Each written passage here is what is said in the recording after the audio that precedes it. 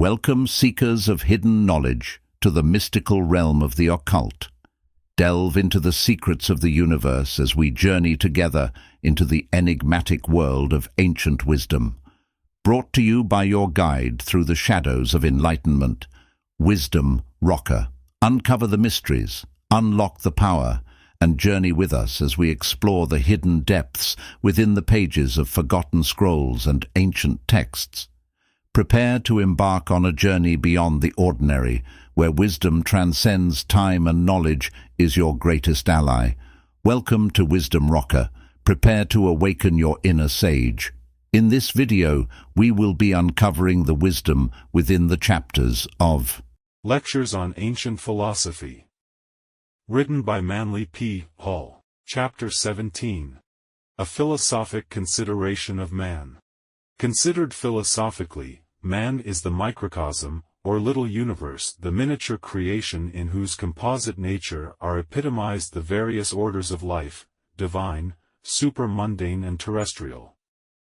Like a fetus, writes H. P. Blavatsky, he is suspended by all his three spirits, in the matrix of the microcosmos.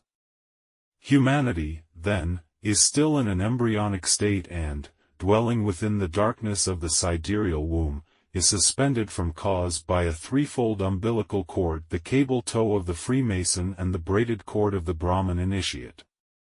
Of the threefold spirit, Paracelsus writes that the first has its seat in the elements, the second in the spirits of the stars, and the third in the divine nature itself. Centuries before, Proclus had defined the triune nature of man as three monads, which are one monad being suspended from unimaginable unity. The first monad is the eternal God, the second, eternity in its own nature, and the third, the paradigm, or pattern, of the universe. A similar doctrine was promulgated by the ancient Kabbalists, whose profound investigation of transubstantial natures revealed that man's superior nature verges toward God, his inferior part toward the earth, and his intermediate part toward the spheres whose radiant energies flow through that intangible atmosphere called the astral light, or anima mundi. It should be borne in mind that even body is primarily a spirit, form being merely the objectification of the formless monadic physical principle. Soul is likewise an astral spirit. Hippolytus declared that the Assyrians considered the soul to be a triple unity, soul signifying the causal nature, the threefold monad of Proclus. At this point we may with profit consider a few lines from the famous Chaldean oracles. The mind of the Father uttered that all should be divided into three. His will nodded assent, and at once all things were so divided. In response to the decree of the forethinker, he who governs all things with the mind of the eternal, the root division was thus ordered. In every cosmos there shineth a triad, of which a monad is the source. And further, from this triad the Father mixed every spirit, arming both mind and soul with triple might. Issuing from the paternal foundation and established in the generations, man thus possesses three moving spirits which collectively are one spirit, the prime mover, the unmoved yet all-moving agent. It is natural, therefore, that each part of man should incline toward its own essential nature, being drawn thereto by a subtle gravity. That spirit, which is from God, since it is the most subtle, consequently escapes back into God.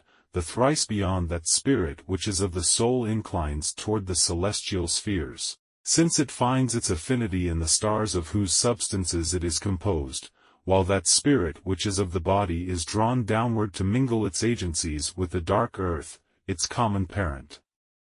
Thus, while these three agencies are combined in the making of man, they still preserve certain individual characteristics and pursuant to the line of expression indigenous to each seek to move the soul nature in one direction or another.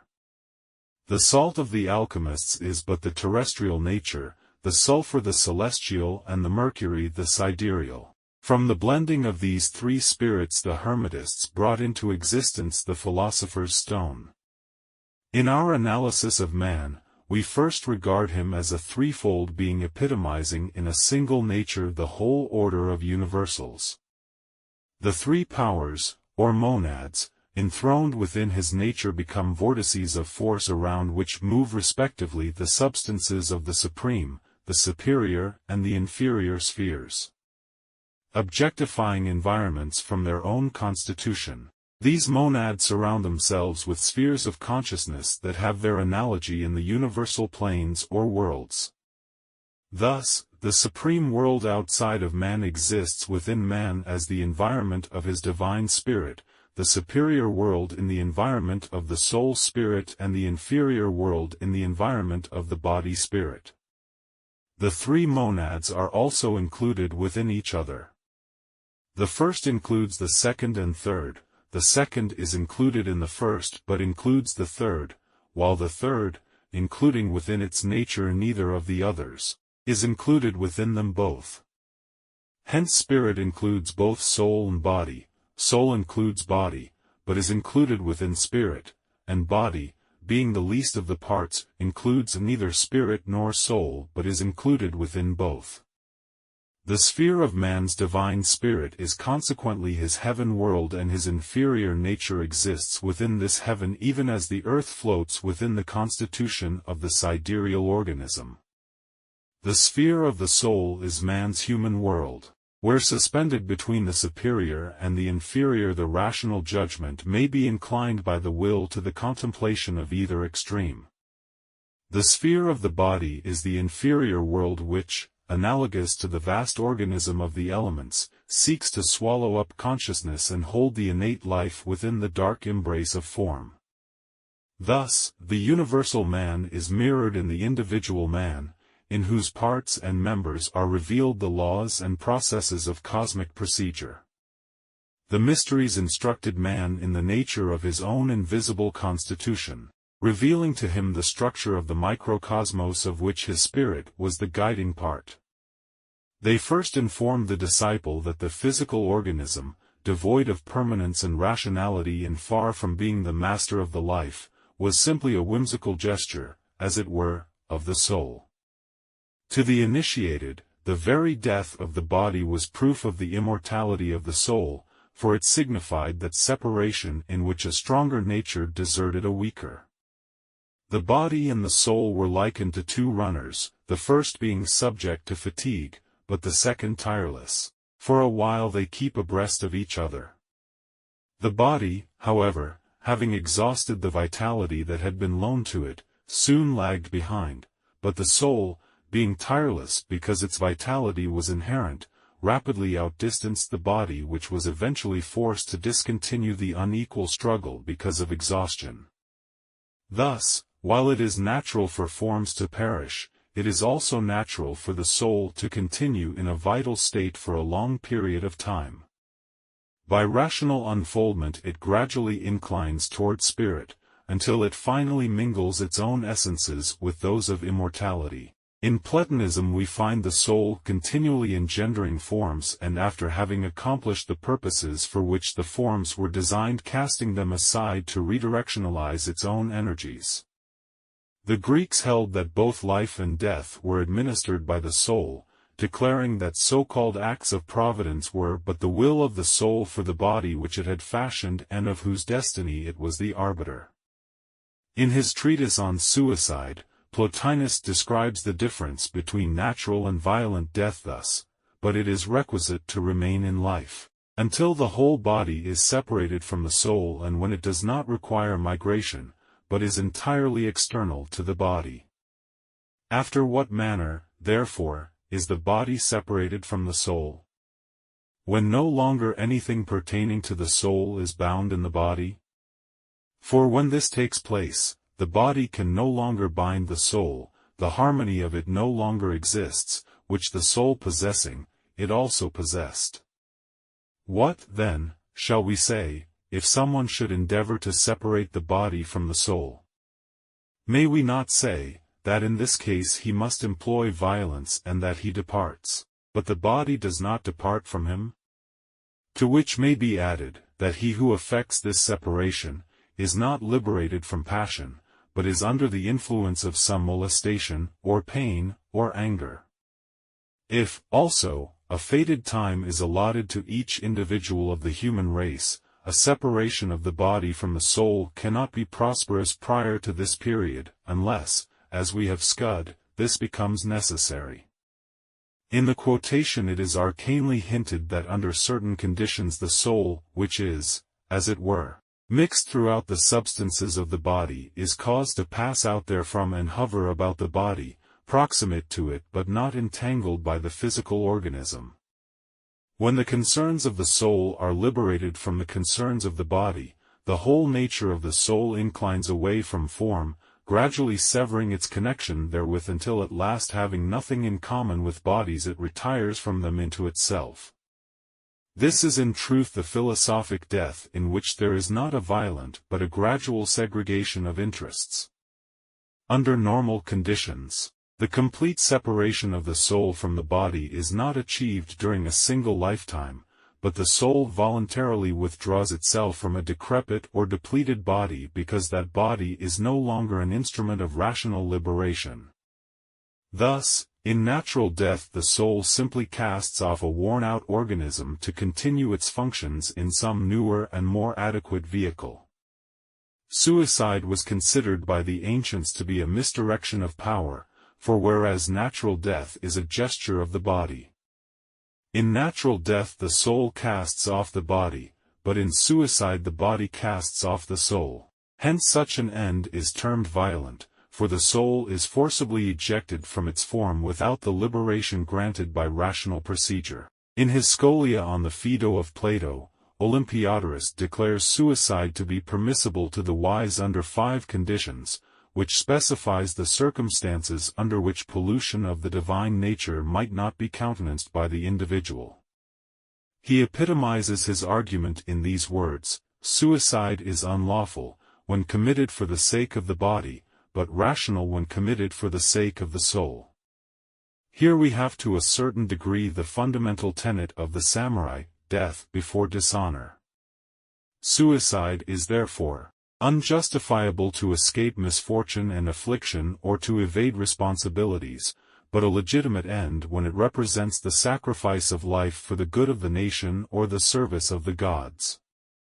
Under justifiable suicide the ancients would have classed the deeds of heroes who faced death in the service of the state, as well as the heroism of illustrious men and women of modern times who have willingly given their lives for the cause of science. Notables among such contemporaneous martyrs are those who have died from experimentation with the X-ray and radium. The first philosophers declared the rational soul to be the spirit's most precious attribute, that it should be reverenced as a god and its dictates never consciously transgressed by will or deed. There is a God within the soul of man, a God which blesses by its approach and curses by its departure. This most exalted spirit quickens the life and renders real the whole purpose of existence. When man serves this inner power it is strengthened and through the soul, its mediator, approaches the inferior man and lends its glory to terrestrial achievements. Conversely, if the life be ill, the spirit withdraws to the point of greatest isolation, whereupon the soul, overcome by the noxious fumes of materiality, is said to die. Thus, a man may actually be dead in his inner nature while still alive in his outer. After the disintegration of his own soul he becomes a slave to the demons or spirits residing in the astral light. These agitate his internal parts, causing them to assume the appearance of normal functioning. Such a person, however, is severed from all relations with his divine part. Sorcerers, vampires and werewolves are thus declared to have lost their souls, being but outer shells from which the inner life has fled or, more correctly, decayed. Materiality hardens the nature and we frequently hear the expression that this or that person has no soul. This does not mean philosophically that the soul is necessarily dead, but that the eyes of the soul have been blinded by the concerns of the body. It is not sufficient that man should live physically and exist in the divine sphere as a vortex of reality.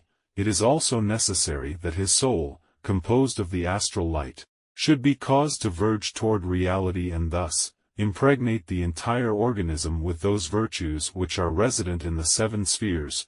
Here a most vital question is introduced, namely, why should a man be virtuous? According to the materialist, a certain measure of personal integrity is necessary for the success of the physical community life of the race. From the theological outlook, a little virtue coupled with a plenitude of belief is sufficient to preserve the immortal spirit from the pits of hell. Considered from the philosophical point of view, virtues, being resident in the soul, must serve as the bridge across which human consciousness passes to be united with its spiritual cause.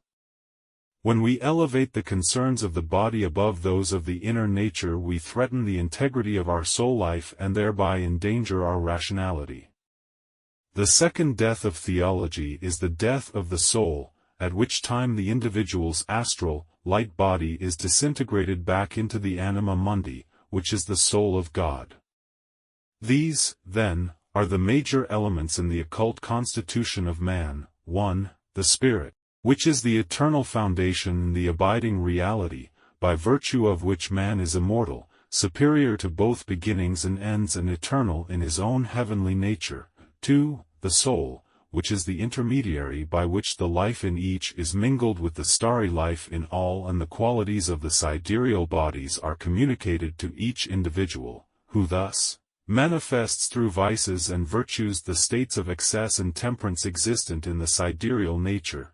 3. The body which, being of the earth earthy, is the outer framework wherein the higher nature is imprisoned as within a cage during the period of its exile in the material universe. As the constitution of man is suspended from spiritual wholeness by three monads called unities, so in the secret religions of antiquity the orders of the priesthood were patterned from this holy mystery. The temple itself was the human body, and the priests who officiated at the various rites signified the spiritual agencies by which the mortal structure was sustained. In the sacerdotal orders of the pagan Roman Empire, for example, the abiding unity was represented by the Pontifex Maximus, the chief of the pontifical college and supreme monad of the order of spiritual dispensation. This august person was served by three flamens, whose duties consisted of lending their sacred presence to the ceremonials of certain gods. Are not these flamens the breaths or flames that bear witness to the hidden and unknowable light dwelling thrice concealed in their midst? The famines of the first rank were designated the flamen dialis, the flamen martialis and the flamen quirinalis, and were chosen from the patrician class to signify that they were of the race of heroes. Later the number of flamens was increased to 15 and their order divided into the flamen majors and the flamen minores, the first consisting of the Holy Three and the second of the Lesser 12. The 12 lesser flamens are the monads or powers of the 12 holy animals which collectively form the physical body of man and which are represented in the almanac by the signs of the zodiac distributed throughout the human body. The flamen majors in Freemasonry are the three Grand Masters of the Lodge of Jerusalem who are united together in the service of the hidden king, the Pontifex Maximum Universalis. The flamens minores have their analogy in the 12 fellow craftsmen who, venturing forth in parties of 3, seek the body of their murdered master. Thus, man, the microcosm, becomes the pattern after which all the procedures in the inferior universe are ordered and whose parts are combined in a profound and mystical arrangement. Among the gods of the Kabirian rite were several diminutive figures with curiously distorted bodies and bearing the marks of advanced age. These monstrosities provoked the ridicule of Cambyses, who could not conceive them objects worthy of veneration. In the mystery rituals reference is repeatedly made to a strange dwarf equal in size to the human thumb who, dwelling alone in the sanctum sanctorum, is never visible to man but hides himself amid the furnishings of the sanctuary. According to Paracelsus, the rational knower dwells in the auric radiances of the heart, being a flame-like body equal in size to the last joint of a man's thumb. In the Kathopanishads of the Brahmins, it is also written that there is a man, the size of the thumb, who dwells in the ether of the heart and who is called the mystery flame. From these sources is thus established the nature of the Kabirian dwarf whose physical proportions were inconsiderable but who was yet greater than all the universe, for when Krishna in the Vamuna avatar assumed the diminutive stature he was yet able to cross the earth in 3 strides. The mysteries held the rational part of man to be inconsequential from the standpoint of physical measure, but in its superphysical magnitude great enough to include all existence within its scope. Thus, was emphasized the spiritual reality that quality and not bulk is the true measure of size. The little man in the heart rules the great man in the world, for the body structure is like some huge machine whose complexity, while far eclipsing the insignificant proportions of its operator, is powerless without the conscious mind and guiding hand which controls all its parts and functions. Though the subject of reincarnation has been touched upon elsewhere in this work, it is nevertheless appropriate when considering the relationship of man as a spiritual entity to man as a physical personality, to discuss more at length the bonds which unite the superphysical consciousness to its physical environment. The spiritual agencies conspiring to produce the creature which we designate man are thus described by Plato. Indeed, it is necessary to understand man, denominated according to species, as a being proceeding from the information of many senses to a perception contracted into one reasoning power. G.R.S. Mead translates the latter part of Plato's statement to read, and collected into a unit by means of ratiocination. From this definition we are to infer that the objective man is founded in the reaction of the senses and that, after emerging from sensations, man attains stability by organizing these sensations with the aid of his rational nature.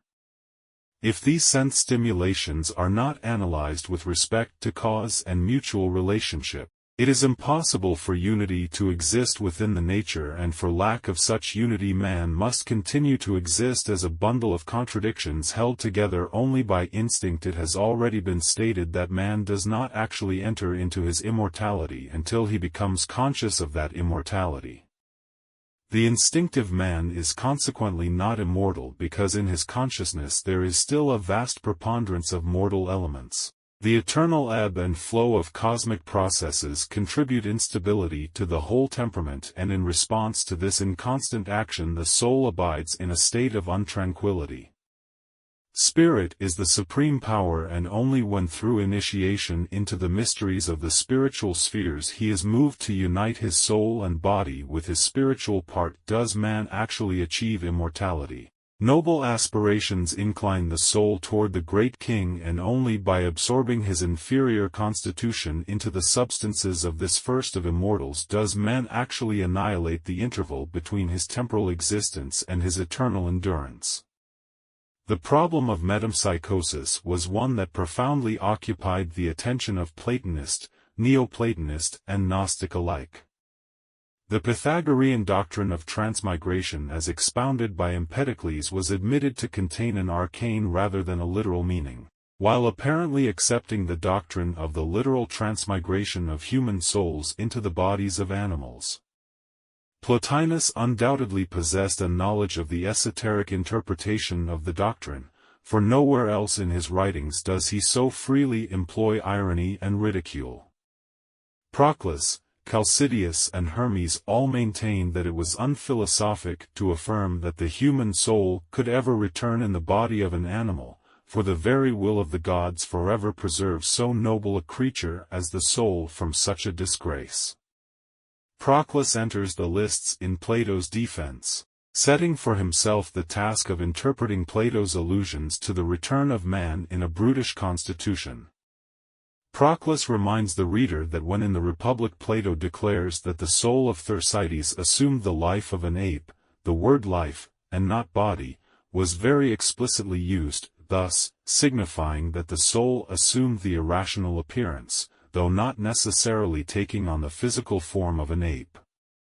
Again, in the Phaedrus, Plato describes the descent of souls into a brutish life, but nowhere does he state that they assumed brutish bodies, for in Platonic philosophy life is not synonymous with form. By all this commentary, Proclus attempts to show that Plato referred solely to the invisible constitution, describing the various changes occurring therein when it is molded by the diversity of human moods. Through living a bestial life, man causes his inner nature to assume the appearance of a beast and is known to the wise not according to the contour of his physical body but according to the visage of his soul.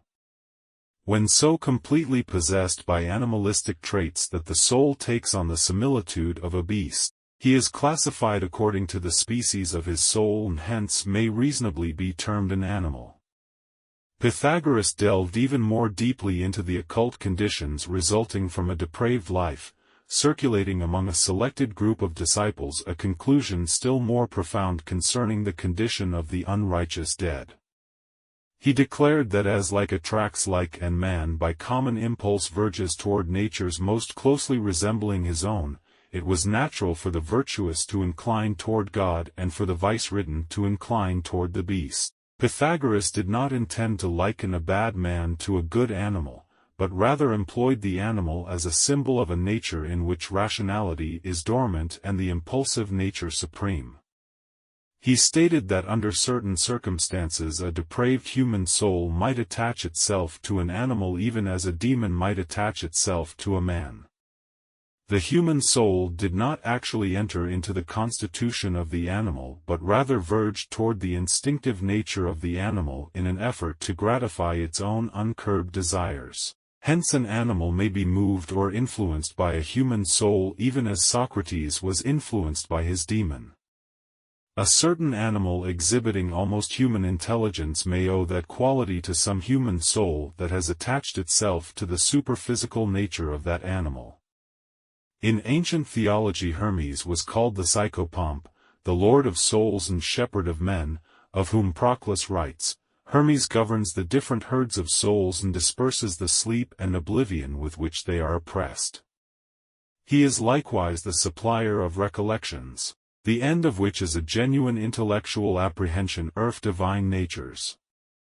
Hermes is, consequently, the divinity presiding over metempsychosis, administering the laws which cause men to return to mortal existence periodically until the generating soul has liberated itself from the idea of form. The herds of souls are the life waves gathered into groups by certain common motives which cause similar nature to incline toward each other. Moving in a circle as it were about the central life, these herds are represented in mythology by Ixion bound to the wheel of generation.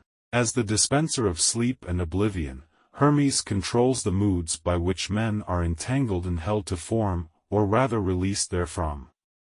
It is Hermes also who governs the memories and closes the doors of the past for those as yet not rationally awakened and therefore, left to contemplate the record of past actions.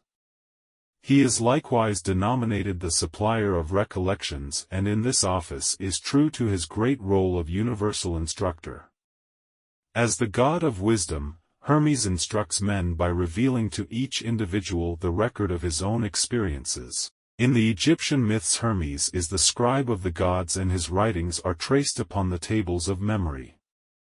With a gesture Hermes veils these records from the uninitiated, but reveals them to such as have awakened their inner consciousness. On the widespread acceptance of the doctrine of metempsychosis among the ancients, Godfrey Higgins in 1836 wrote, "It was held by the Pharisees or Persas, as they ought to be called, among the Jews, and among the Christians by Origen, Chalcidius, if he were a Christian, Synesius, and by the Simonians, Basilidians, Valentinians, Marcionites and the Gnostics in general." Thus, this doctrine was believed by nearly all the great and good of nearly every religion and of every nation and age, and though the present race has not the smallest information more than its ancestors on this subject, yet the doctrine has not now a single votary in the western part of the world. The theory of reincarnation was frequently employed by ancient historians and philosophers in the interpretation of their fables. Plutarch declares the account of Bacchus being attacked and dismembered by the Titans to be a sacred narrative concerning reincarnation, while Sallust, in The Gods of the World, explains the rape of Persephone as an ancient allegory signifying the descent of the soul into birth. Several Greeks declared themselves to be aware of the previous bodies which their generating soul had precipitated into material existence. Pythagoras discourses at some length on his previous lives, and the description of 5 of these will be found in my large book on symbolism. Empedocles also remembered and his rational soul had occupied the body of a young girl. The Emperor Julian believed his soul to have manifested in a former life as Alexander the Great, and Proclus, according to Marinus, unhesitatingly declared that his rational nature had achieved its high dignity while in the body of Nicomachus, the Pythagorean. It should be particularly noted that, unlike the present popular concept of reincarnation, the ancients did not affirm themselves to have been some other person in a previous life, but rather that the rational principle dwelling in them had previously dwelt in other forms. Plotinus writes, "It is a universally admitted belief that the soul commits sins, expiates them, undergoes punishment in the invisible world and passes into new bodies." He might also have added that it was a universally admitted belief that the mysteries, by assisting the rational soul in its procedures, shortened the number of reincarnations and released the inner nature to return to the felicity of its father star. Here, then, we have the whole purpose of the mysteries, which existed as institutions of liberation, serving the invisible part of man and surviving only in civilizations where the rational nature was regarded as worthy of culture and education. Plato also affirms that when the soul fails to achieve liberation and willfully follows perversity, it passes into the body of a woman. This enigmatic statement is generally interpreted to signify that the soul takes up its residence in the matrix awaiting rebirth. In the profundities of Platonic philosophy, however, a truth far more recondite was inferred. General Pleasonton discovered that when man degenerates himself through vice of excess, his whole constitution is electrically repolarized and, electrically, he becomes a woman. This does not mean that women are degenerate men, but rather that man in a virtuous state is negative in his vital or etheric body, while woman is positive. When through excessive emphasis of physical propensities and sensibilities man moves his center of consciousness into his physical nature, the latter is rendered positive, and therefore, technically feminine, although its manifestations are totally dissimilar to the natural feminine organism which is positive by divine decree. Why do we persist in accusing the ancients of ridiculous fancies when our own generation has proved conclusively the correctness of their deductions?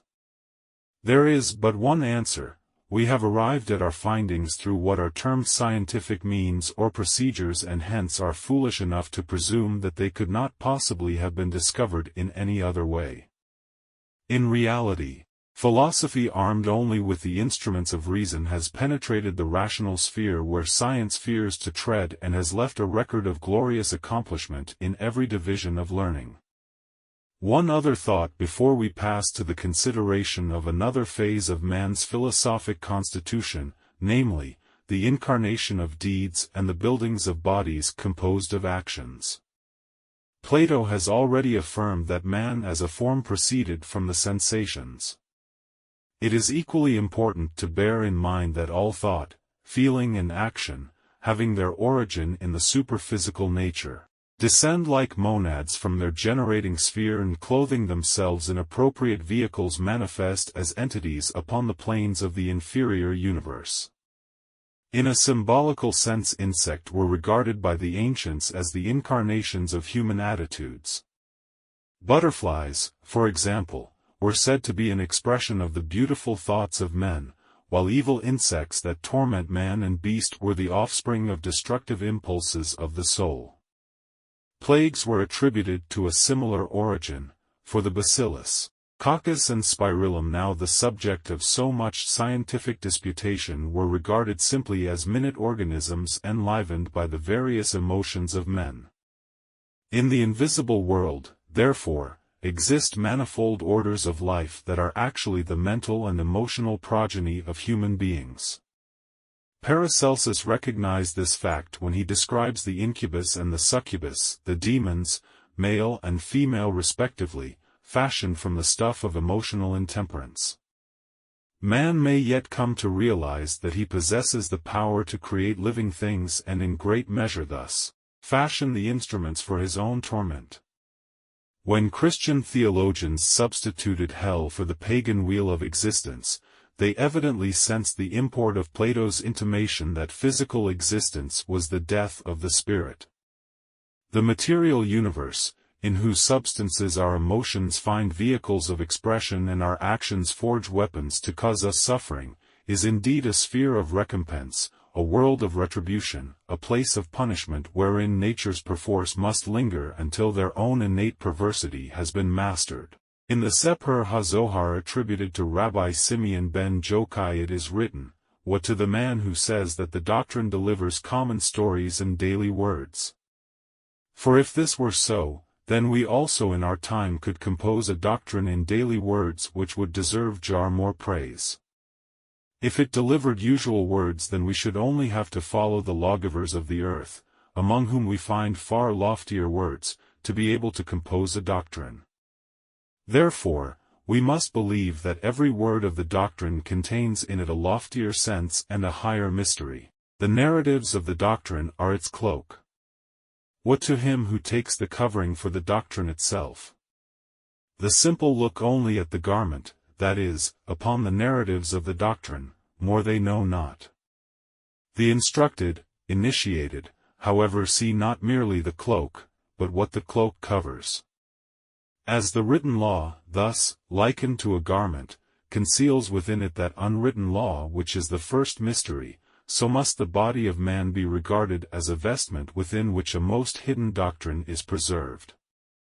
Moralizing upon the issues of Scripture, theology fails utterly to comprehend the hidden meaning of the sacred books. It cannot conceive of Scriptures as writings concerned with philosophic anatomy, yet such is necessarily the case, for the regeneration by which man's salvation is wrought must take place within his own constitution. To this mystery Socrates alludes when in the first Alcibiades he observes that when the soul enters into herself she will behold all other things. Proclus further adds that when she, the soul, proceeds into her inner recesses and into the adytum of her own nature, she perceives with her eye closed the genus of the gods and the unities of things.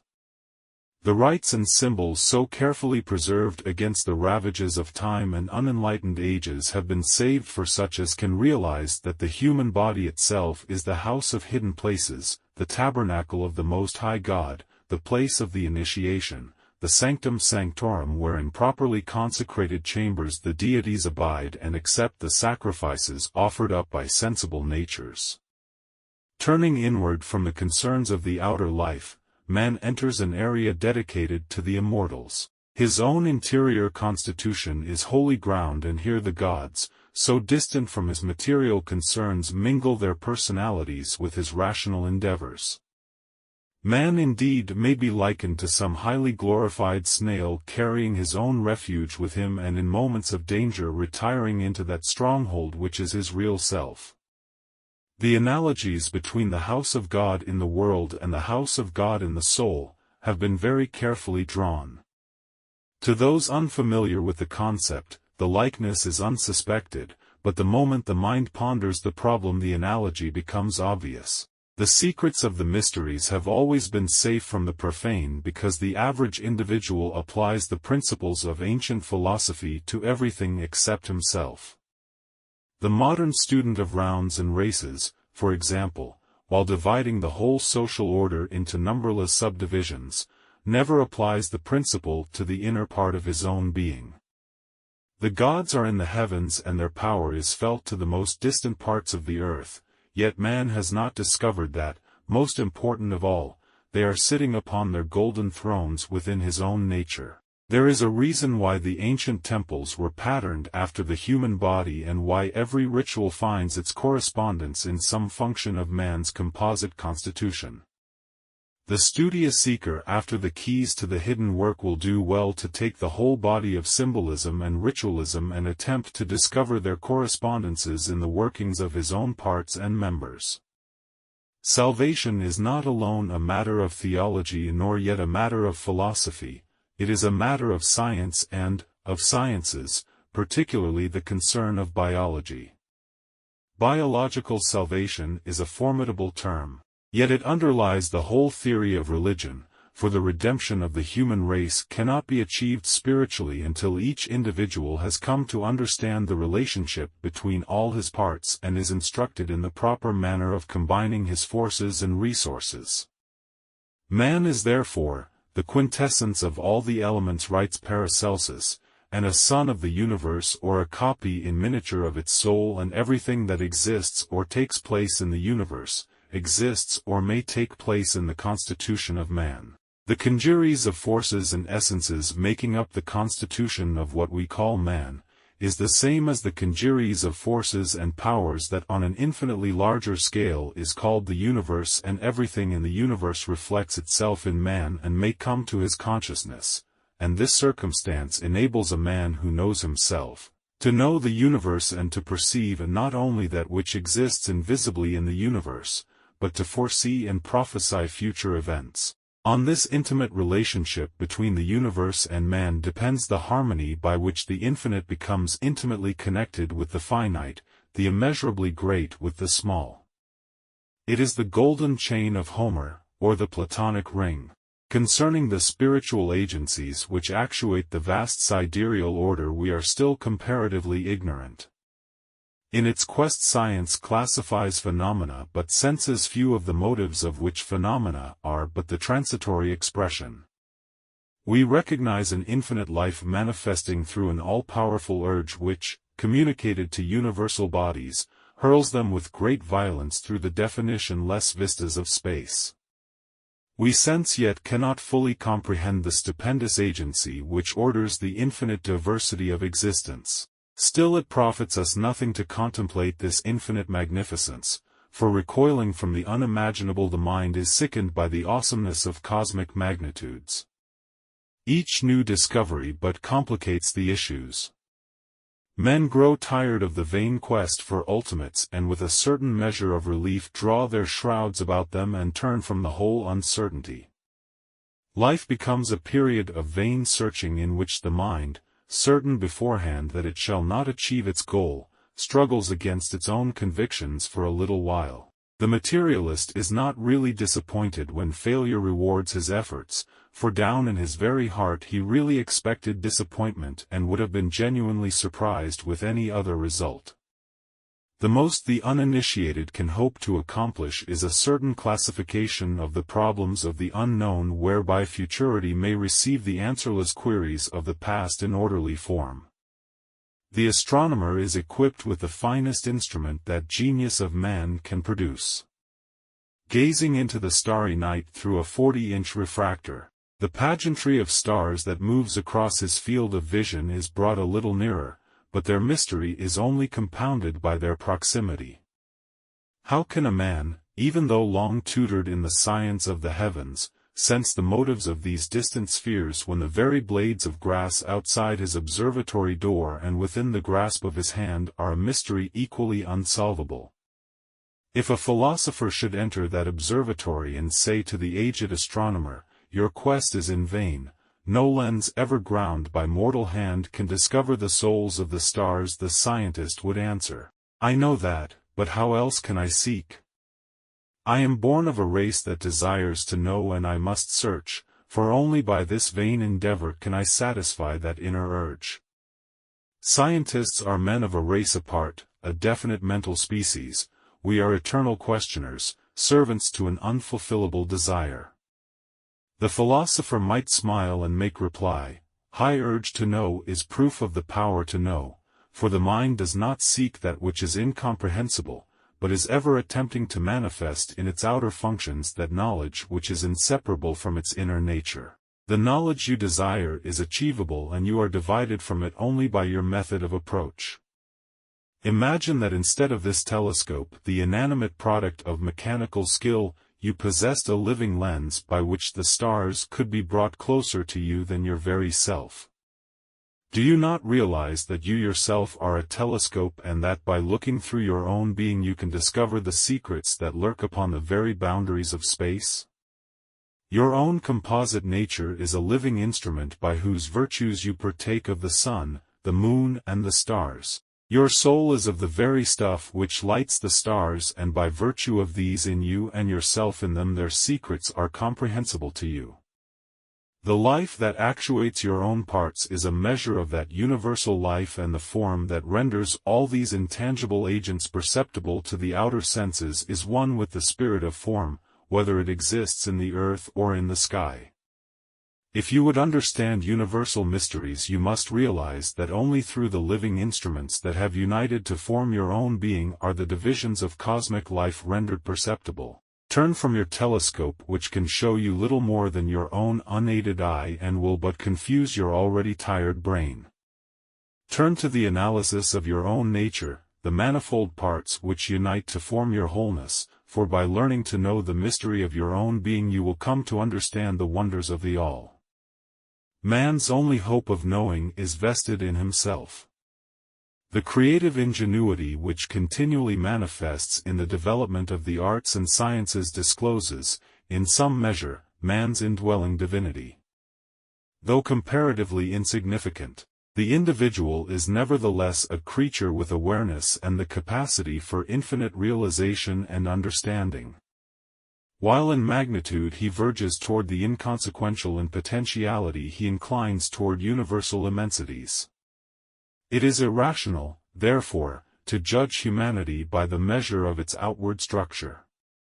Rather, we must sense through unfolding superphysical faculties the spiritual sufficiency of that inward part from which the visible man is suspended. Man is the magnificent atom which baffles estimation and defies analysis. The universe in turn is the magnificent man, one of that race of giants by whose assembly space is rendered populous. Mortals congregate to form communities. These universal beings congregate to form clusters and galaxies of stars. It has been said that men are the shadows of the gods.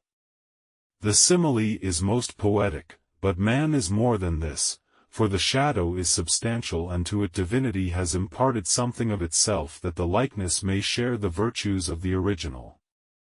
The life of the aspiring disciple is forever flowing toward his Father God, that radiant star whose light shines clearly and steadily throughout eternity. Man is forever seeking to escape from his own littleness and return to that greatness which abides in space. The soul springs from a race of giants and yearns for the strength of its progenitors. Man's throne is in the heavens and he longs for the day when, entering into his own right, he shall seat himself with the immortals. All this we must remember when, gazing upon the mortal stature, we are led to erroneously conceive man to be a creature of flesh and bone and ignore his reality as a vast being fashioned from the stuff of aspiration. Man may be likened to a walled city standing on the edge of the desert. In the midst of the city is a well, and from it lead the roads which pass through the gates of the city and become the routes for caravans. The walled city finds its analogue in the body. The gates with their dusty trails are the senses, and the well springing up in the midst of the city is the ever-flowing life by which both the community itself and the wandering caravans are nourished and sustained. Man's personality conceals his inner life as effectively as the cold, grey battlements of a fortified town conceal the bustling community that lies behind it. When we see only the physical nature of the individual, we behold that which least adequately expresses and often most misinterprets the internal qualities. Hence the disciple of the ancient wisdom is taught to realize that man is not essentially a personality, but a spirit. His outer parts are not the measure of his inner virtues, but contribute that weakness of the flesh which all too often brings to naught the willingness of the spirit. The body can never know the noble ideals which impel the spirit toward accomplishment. Digestion and assimilation are the concerns of the body, to such homely ends it concerns its endeavors. Above the provinces of instinct and sensation come the concerns of the rational life. The Greeks gloried in their ability to become rational animals, for man is a rational animal. However, that which is rational and that which is animal are actually two definitely divided natures. Rationality is natural to transubstantial organisms, but is contrary to the moods of matter. Unless the rational part retires from its own body and meditates alone, it cannot escape the chidings of the flesh. Now this separation was accomplished by means of the fourth, dimensional, or qualitative, interval. Seated in the midst of his disciples, the ancient philosopher, unheeding the nagging demands of the body that disturbed the equilibrium of the rational soul, discoursed at length upon the verities of the intellectual life, regarding his physical vehicle as an organ of expression, a temperament suitable for communication, a structure which focused intellect and thus rendered its findings communicable. The true philosopher maintains the efficiency of his inferior nature not because he is a servant to its dictates, but because his own creative expression is dependent upon the physical nature for concrete organization and tangibility. Thought is the compensation of the original thinker. In matters of the mind, as in matters of finance, man is paid for what he gives and owes for what he gets. No creative mind can be underpaid, for thought is its own reward and comes as adequate compensation for rational endeavor. Enriched by his own activities, the philosopher soon becomes fabulously wealthy in that most priceless of all possessions, reason. On the other hand, he who listens to the thoughts of the wise is daily contracting new debts, and the longer he listens the poorer he becomes. This may explain why disciples seldom surpass their masters, unless, as Aristotle, they depart from the master's premises. Men eagerly frequent the assemblages of the wise, hoping to pick up the stray bits of knowledge that may fall like crumbs from the banquet table. Those who feed upon the crusts of wisdom, however, become more impoverished even as they eat, and he who listens long enough will eventually become bankrupt from his listening. When the day of payment arrives, the unfortunate debtor has nothing with which to pay but his own life. Most of those who now suffer from spiritual and intellectual ailments suffer from the listener's disease. Men who seek masters shall be rewarded by becoming slaves, for it is the free man who speaks and the bondsman who listens. The modern school child is impoverished through the act of remembering and starts life hopelessly in debt.